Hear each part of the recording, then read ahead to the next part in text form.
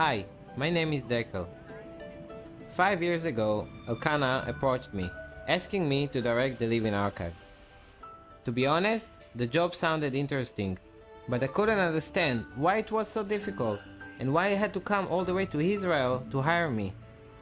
Don't get me wrong, I was flattered, but I didn't get it. You mentioned something about dealing with footage of different quality on various formats and building a world-class archive. I figured, how complicated can it be? Only when I moved to New York and started to work on the project, I realized how complex the process really is. For the past 3 years, I've been running the archive, and the preservation effort still continues.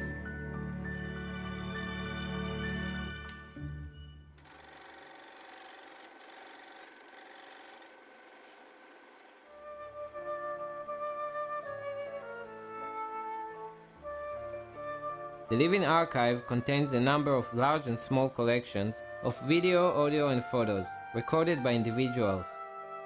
Most of them, ordinary people who appreciated those precious moments and wanted to record them for themselves.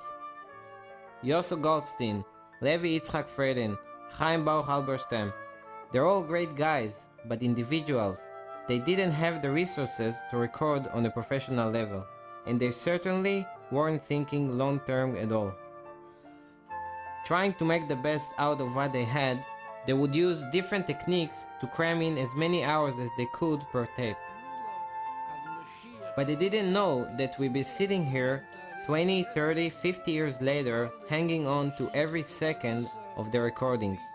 That a generation of children will be watching their moments as their introduction to the Rebbe.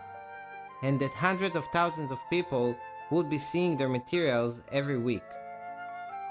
Even the JEM collection, which was recorded professionally, was not done with long-term preservation in mind.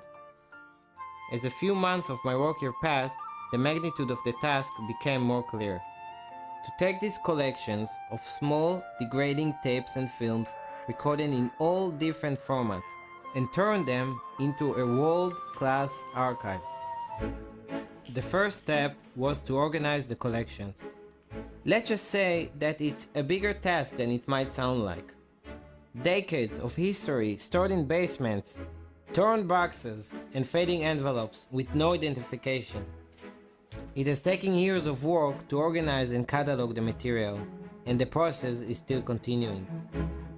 I'll skip a bunch of steps here, like the technological research, choosing the long-term storage format, and lots more.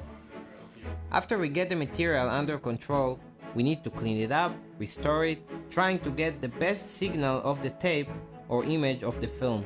Get it onto a permanent format that is safe and will withstand the test of time. After intense research and testing, we travel the country, visiting the companies in the top tier of the professional market, but to also have the flexibility and patience to deal with our unique case.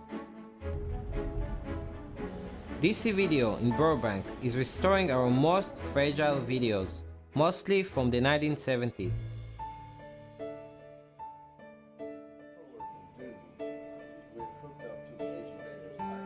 We can see from these recordings that these individuals or the crew, whoever was using this equipment, sometimes not the best cameras in the world, sometimes not the best recording equipment, but they were capturing the moment.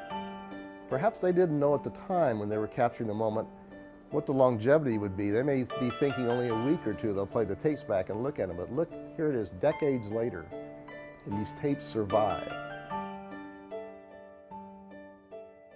When you put that in perspective, at least for us, it says, you know, we got to step it up a notch and get this to look as good as possible.